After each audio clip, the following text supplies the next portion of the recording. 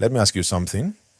Last year, 1,000 naira could buy you a decent plate of food. Today, that same 1,000 naira is barely enough. You're earning, but your money feels weaker. That silent thief is called inflation. Inflation simply means prices keep going up while the value of your money keeps going down.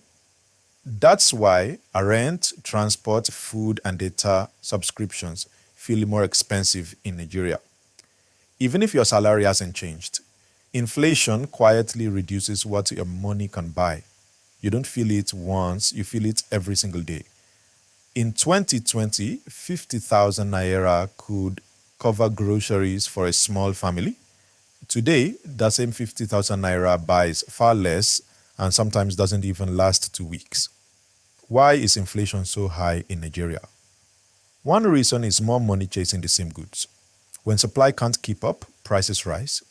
Fuel, transport, and import costs keep rising. When fuel prices go up, almost everything follows: food, rent, even pure water. Here's the dangerous part.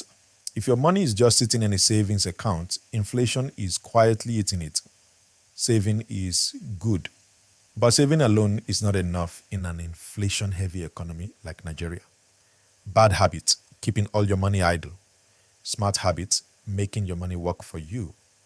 Nigerians fight inflation by investing: treasury bills, mutual funds, small businesses, digital savings platforms. Side hustles also help. With just your phone, data, and a skill, you can protect your income from inflation. The goal isn't to get rich overnight. The goal is to stay ahead of inflation, step by step.